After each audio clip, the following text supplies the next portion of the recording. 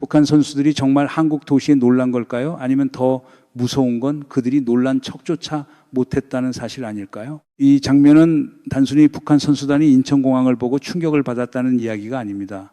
왜 그들은 환영 현수막을 보고도 웃지 못했을까요? 왜 앞만 보고 걸었을까요?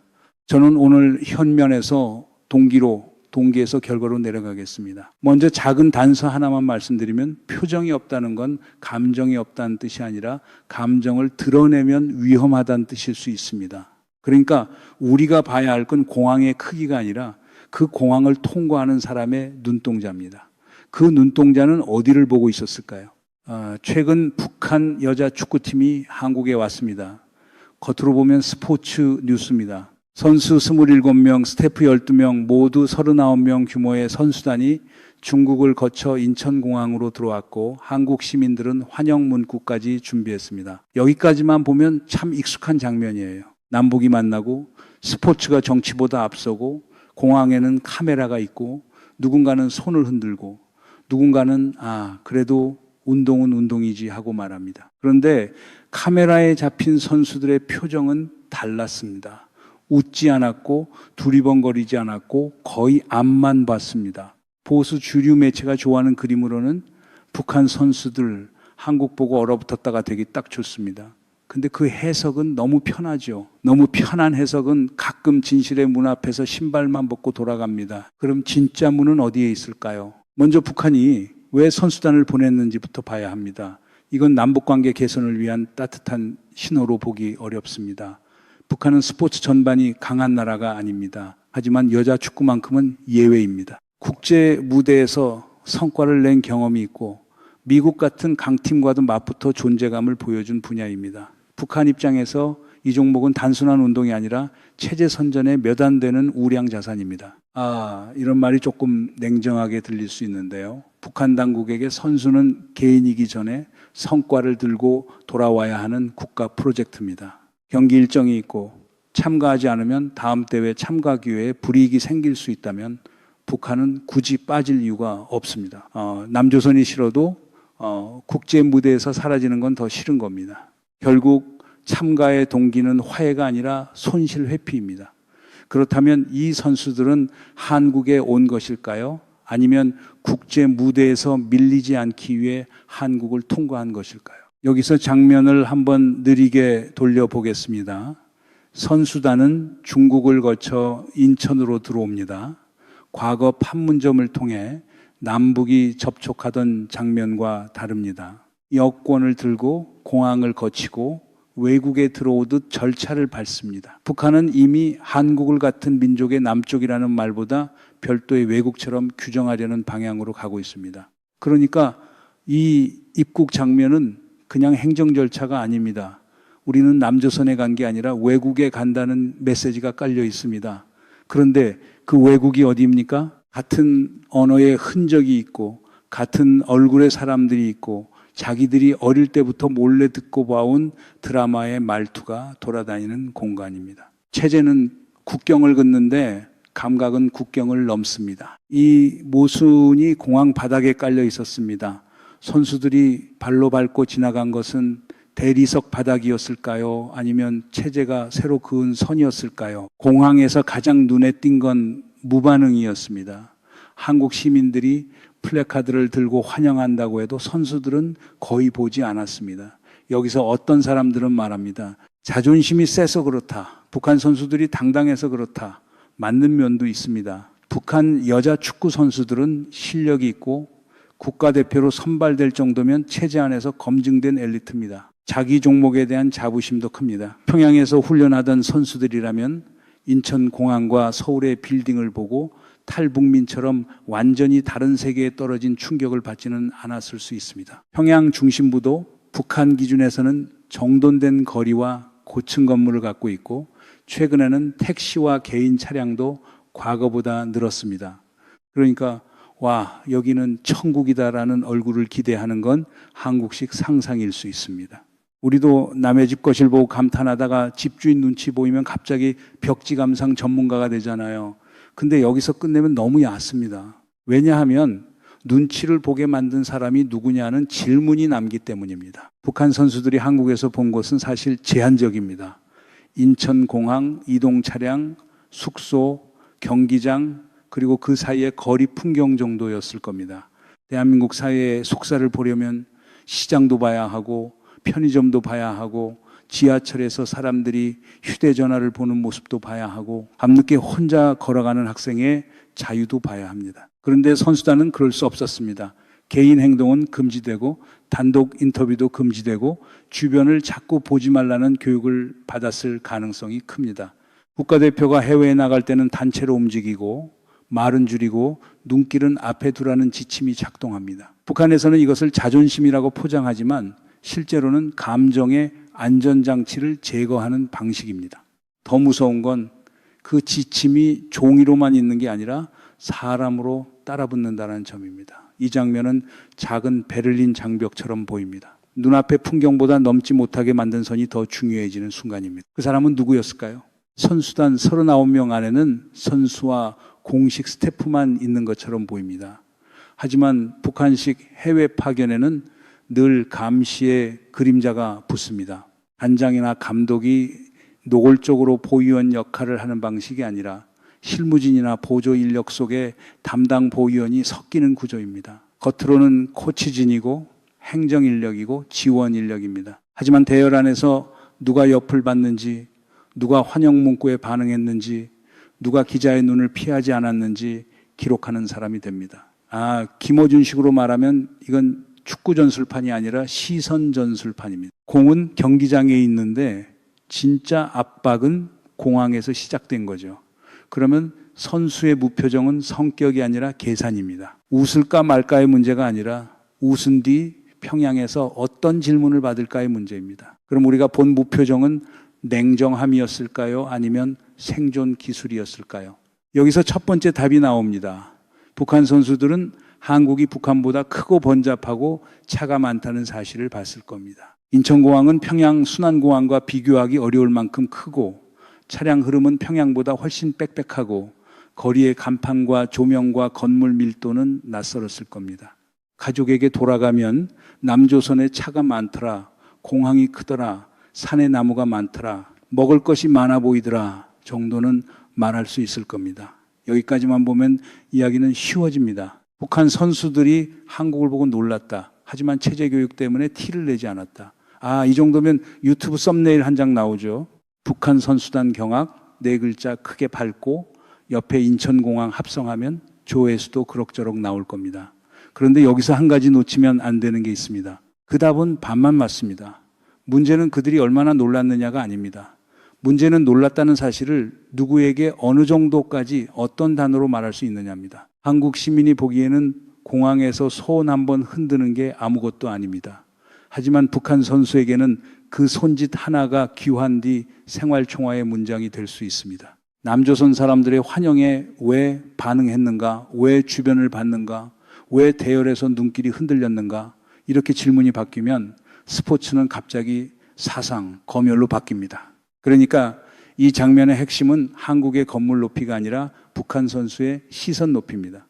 앞만 보는 얼굴은 자존심의 표정이 아니라 감시체제의 결과물일 수 있습니다. 그리고 이 지점에서 이야기는 공항을 떠나 북한 내부로 내려가기 시작합니다. 왜 김정은 체제는 선수의 눈동자 하나까지 두려워해야 했을까요? 문제는 여기서부터입니다. 북한 당국이 선수단을 보낼 때 손에 쥔 정보는 간단합니다. 여자 축구는 북한이 국제무대에서 성과를 낼 수 있는 드문 종목이고 이번 대회에 불참하면 다음 기회를 잃을 수 있습니다. 동시에 한국에 보내면 선수들이 인천공항, 도로, 경기장, 한국 시민의 환영을 직접 봅니다. 그러니까 결정권자는 두 손익을 동시에 계산해야 합니다. 안 보내면 스포츠 자산이 줄고 보내면 내부 통제에 구멍이 생깁니다. 결국 북한식 해법은 하나입니다. 고뇌돼 보지 못하게 하고 보더라도 말하지 못하게 하는 겁니다. 그렇다면 이 통제는 어느 순간부터 작동했을까요? 첫 단계는 출발 전 사상 교육입니다. 선수들에게는 단독 행동 금지, 개인 인터뷰 금지, 주변을 살피지 말 것, 집단 대열 유지 같은 지침이 내려갔을 가능성이 큽니다. 이건 단순한 매뉴얼이 아닙니다. 눈동자와 입술과 발걸음을 미리 묶어두는 장치입니다. 특히 이번 선수단은 선수 27명, 스태프 12명, 모두 39명 규모였다고 합니다. 숫자로 보면 축구팀이지만 구조로 보면 경기 인력과 감시 인력이 함께 움직이는 작은 이동 통제 시스템입니다. 선수들은 공을 차러 온 것이 맞습니다. 근데 공항에 도착하는 순간부터 그들은 경기장보다 먼저 자신들의 표정을 관리해야 했습니다. 이때 가장 먼저 다치는 건 자유가 아니라 자연스러움 아닐까요? 두 번째 단계는 대열 안의 감시입니다. 북한은 해외 파견 때 보위원을 노골적으로 감시자로 세우지 않습니다. 코치, 부대표, 실무진, 행정지원처럼 보이는 자리 안에 감시 기능을 넣습니다. 겉으로는 스태프입니다. 실제로는 누가 환영 문구를 받는지, 누가 카메라 쪽으로 고개를 돌렸는지, 누가 한국 기자의 질문에 반응하려 했는지 확인하는 눈입니다. 이 대목에서 김어준식으로 한마디 하면 축구 압박은 전방 압박만 있는 게 아니에요. 북한식 압박은 후방에서 눈총으로 들어옵니다. 웃는 얼굴 하나가 귀환 뒤 문답 자료가 될 수 있다면 선수는 웃지 않는 쪽을 택합니다. 사람은 겁이 많아서가 아니라 돌아갈 곳이 좁을 때 표정을 줄입니다. 그러면 우리가 본 무표정은 정말 선수의 태도였을까요? 아니면 체제의 서명이었을까요? 세 번째 단계는 귀환 뒤 검열입니다. 북한에서는 일반 주민도 주기적으로 생활총화를 합니다. 하물며 한국을 다녀온 국가대표 선수단이라면 청와 사업과 사상 검열을 피하기 어렵습니다. 경기 결과가 나쁘면 비판은 더 세집니다. 북한식 논리에서는 패배가 기술 문제로만 끝나지 않습니다. 정신력이 약했다, 사상이 흐렸다, 집단을 위해 뛰지 못했다는 식으로 넘어갑니다. 이번처럼 결과가 좋았다 해도 질문은 남습니다. 남조선에서 무엇을 받는가? 누구와 눈이 마주쳤는가? 가족에게 무엇을 말했는가?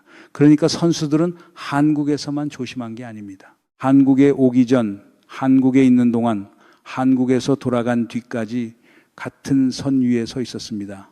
이 선이 흔들리면 다음에는 누가 책임을 져야 할까요? 여기서 부수적 행위자들도 봐야 합니다. 국제여자축구대회 운영 측은 북한이 참가해야 대회의 대표성과 경쟁력이 살아납니다. 한국 시민은 적대 체제와 그 안에 갇힌 선수를 구분하며 스포츠의 공간을 열고 싶어 합니다. 반대로 북한 선전부문은 선수단의 성과만 가져가고 한국 사회의 인상은 잘라내고 싶어 합니다. 또 보수 주류 매체는 북한 선수단이 한국 보고 경악이라는 간단한 장면을 선호합니다. 왜냐하면 그 프레임은 쉽고 빠르고 우월감을 줍니다. 하지만 우리 같은 민주 시민이 거기서 멈추면 안 됩니다. 조중동식 그 썸네일 감상으로는 체제의 작동 방식이 보이지 않습니다. 건물 크기보다 더 중요한 건 그 건물을 보고도 말할 수 없는 구조입니다. 딱 보면 이상이잖아요. 누가 이 침묵에서 이익을 얻고 있을까요? 근데 북한 당국의 계산에는 더 큰 불안이 있습니다. 한국을 외국으로 규정하는 순간 절차는 깔끔해집니다. 여권을 들고 중국을 거쳐 인천에 들어오면 우리는 남쪽 동포를 만난 게 아니라 외국에 간 것이라는 정치적 메시지를 만들 수 있습니다. 그런데 마음은 그렇게 잘 잘리지 않습니다. 북한 주민들은 남한을 완전히 낯선 외국으로만 보지 않습니다. 우리 민족이 머리 하나는 좋다. 남한 제품을 미국 사람도 쓴다더라. 같은 식의 자부심과 동경이 함께 있습니다. 체제는 국경선을 새로 긋는데 주민의 감각은 옛 기억과 드라마와 말투를 통해 이어집니다. 그러니까 여권은 외국을 증명하지만 감탄은 같은 언어로 시작됩니다. 이 모순을 김정은 체제는 어떻게 처리하려고 할까요? 그 해법이 청년 통제입니다. 북한 젊은 세대가 한국을 따라하기 시작한 건 최근 일이 아닙니다. 약 30년 전부터 한국 드라마와 말투가 들어갔고 투블록 머리 같은 스타일도 약 20년 전부터 변형된 형태로 퍼졌습니다. 이른바 장마당 세대, 북한식으로는 미공급 세대는 당이 자신을 먹여 살렸다는 기억보다 부모가 장사하고 시장에서 버텨낸 기억이 큽니다. 이 차이는 큽니다. 기성세대가 당에서 하지 말라면 하지 말아야지 라고 생각했다면 이 세대는 왜 보지 말라는 거지? 라고 묻기 시작합니다. 판도라의 상자가 거창하게 열리는 게 아닙니다. 드라마 속 말투 하나, 머리 모양 하나, 연인이 마음을 말하는 장면 하나에서 열립니다. 그렇다면 북한 당국이 진짜 두려워하는 건 USB일까요? 아니면 그걸 본 뒤 생기는 질문일까요? 2020년 이후 북한은 청소년 교양법, 반동사상 문화 배격법, 평양 문화 어보호법 같은 장치를 세웠습니다. 한국 드라마를 보거나 유포하면 징역, 더 심하면 목숨까지 걸리는 처벌로 이어질 수 있다는 공포가 만들어졌습니다. 그런데도 보는 사람이 있습니다. 왜일까요? 여기서 감정의 층이 들어옵니다. 한국 드라마는 북한 청년들에게 단순한 오락이 아닙니다. 숨구멍입니다. 매일 같은 구호, 같은 복종, 같은 감시 속에서 살다가 인간이 자기 생각을 말하고 사랑하고 싸우고 사과하고 다시 선택하는 세계를 보면 마음이 먼저 숨을 쉽니다. 못 보면 죽을 것 같고 보다가 걸려도 죽을 수 있다면 그래도 한 번은 숨 쉬겠다. 이 심리는 밖에서 쉽게 비웃을 수 없습니다. 이걸 이해하지 못하면 북한 청년의 위험한 선택도 설명할 수 없습니다. 그런데 숨구멍이 늘어나면 다음 단계에서는 무엇이 바뀔까요? 북한의 균열은 국경이 아니라 숨구멍에서 시작됩니다. 이 문장이 중요한 이유는 북한 체제가 무너지는 상상을 탱크와 미사일로만 하면 현실을 놓치기 때문입니다. 체제를 흔드는 건 때로 갈릴레이의 망원경처럼 작동합니다. 망원경이 하늘을 바꾼 게 아니라 사람들이 하늘을 보는 방식을 바꿨습니다. 한국 드라마도 비슷합니다. 드라마 한 편이 북한을 당장 바꾸는 게 아닙니다. 하지만 저렇게 말해도 죄가 아니네. 저렇게 사랑해도 처벌받지 않네. 저렇게 부모에게 따져도 감옥에 안 가네. 라는 비교가 쌓이면 노동당의 언어가 낡아 보이기 시작합니다. 한마디로 선전은 정답을 주지만 드라마는 질문을 주는 거잖아요. 독재가 가장 싫어하는 건 틀린 답보다 많은 질문입니다. 그럼 질문을 배운 세대는 언제까지 침묵만 할까요? 처음 우리는 최근 북한 여자 축구팀이 인천공항으로 들어온 장면에서 출발했습니다. 북한 선수들이 정말 한국 도시에 놀란 걸까? 아니면 놀란 척조차 못한 걸까? 이제 질문은 바뀌었습니다. 그들이 본 것은 공항의 웅장함만이 아니었습니다. 그들은 한국 시민이 환영하는 장면을 봤고 차가 많은 도로를 봤고 자신들이 배운 적대 언어와 눈앞의 현실이 어긋나는 순간을 지나갔습니다. 그리고 그 모든 것을 보면서도 앞만 봐야 했습니다. 잠깐만요. 이게 말이 됩니까? 공항은 입국장을 열어줬는데 체제는 눈꺼풀을 닫으라고 한 겁니다. 그렇다면 진짜 충격은 한국 도시의 규모가 아니라 그 규모를 보고도 자기 마음 안에서만 삼켜야 했던 침묵 아닐까요? 이제 공항 장면은 단순한 스포츠 뉴스가 아닙니다. 39명의 선수단은 한국을 잠깐 지나갔지만 그 장면은 북한 내부의 불안을 길게 보여줬습니다. 북한 당국은 한국을 외국으로 만들고 싶어 합니다. 보수 주류 매체는 그 장면을 우월감으로 소비하고 싶어 합니다. 하지만 우리가 봐야 할 것은 더 깊습니다. 한국 사회의 존재는 북한 주민에게 비교의 기준이 되고 한국 문화는 청년에게 숨구멍이 되고 그 숨구멍은 결국 체제가 맡고 싶은 질문으로 번집니다. 그러니까 다음 질문은 이것입니다. 한국을 본 선수 한 명의 침묵이 언젠가 북한 청년 세대 전체의 말문으로 바뀐다면 그때 가장 먼저 흔들릴 것은 국경일까요? 아니면 독재가 만든 공포의 문법일까요? 여기서 결과는 한 선수단의 귀한 보고서로 끝나지 않습니다. 첫 피해자는 선수들 자신입니다. 39명의 방한 인원 가운데 27명은 경기장에서 뛴 선수들이지만 북한에 돌아간 뒤에는 운동선수이기 전에 사상 검열의 대상이 됩니다. 경기 결과가 좋으면 비판은 낮아질 수 있습니다. 하지만 무엇을 받는가, 누구에게 반응했는가, 가족에게 무엇을 말했는가 라는 질문은 사라지지 않습니다. 한번 한국을 본 경험은 영광이 아니라 관리해야 할 기억이 됩니다. 사람이 본 것을 말하지 못할 때 기억은 정보가 아니라 짐이 됩니다. 다음에는 누가 한국을 보고도 못 본 척 해야 할까요? 두 번째 피해자는 북한의 젊은 세대입니다. 장마당 세대와 미공급 세대는 이미 당이 아니라 부모와 시장이 자신을 살렸다는 감각을 갖고 있습니다. 여기에 한국 드라마, 한국 말투, 한국식 머리 모양이 들어가면 단순한 유행이 아니라 비교의 언어가 생깁니다. 북한 당국은 2020년 이후 법과 단속을 세워 이 흐름을 묶으려 했습니다. 그러나 처벌이 강해질수록 청년들은 더 깊은 은밀함으로 들어갑니다. 공개된 거리에서는 복종하고 닫힌 방에서는 다른 세계를 봅니다. 겉으로 조용해질수록 안쪽의 질문은 더 오래 숙성됩니다. 앞으로 1년, 2년, 3년이 지나도 이 구조가 바뀌지 않는다면 북한 청년들의 침묵은 수능이 아니라 저장된 불만이 될 수 있습니다. 그때 체제는 무엇을 더 세게 막으려 할까요? 세 번째 결과는 한반도 전체의 정치 언어를 바꿉니다. 북한은 헌법과 절차와 여건으로 남쪽을 왜곡화하려 합니다. 보수 주류 매체는 이 장면을 북한도 한국 보고 놀랐다는 우월감으로 팔고 싶어 합니다. 하지만 민주 시민인 우리는 그 얕은 소비에 갇히면 안 됩니다. 여러분 이거 한번 보이세요? 우리가 놓치지 말아야 할 것은 남북의 체제 격차를 자랑하는 일이 아니라 2,500만 북한 주민이 어떤 방식으로 질문을 빼앗기고 있는가입니다. 12월 3일 비상계엄이라는 내란 시도를 겪은 사회라면 더더욱 압니다. 권력이 시민의 눈과 말과 이동을 통제하려는 순간 민주주의는 장식품이 아니라 생존장치가 됩니다. 북한 문제를 남의 이야기로만 보면 권위주의의 문법이 우리 안에서 자랄 때도 늦게 알아차리게 됩니다. 우리는 지금 무엇을 비교하고 있어야 할까요? 한류는 트로이 목마처럼 들어갑니다. 대포 소리 없이 군사분계선을 흔들지 않고 드라마 대사와 헤어스타일과 노래 가사로 들어갑니다.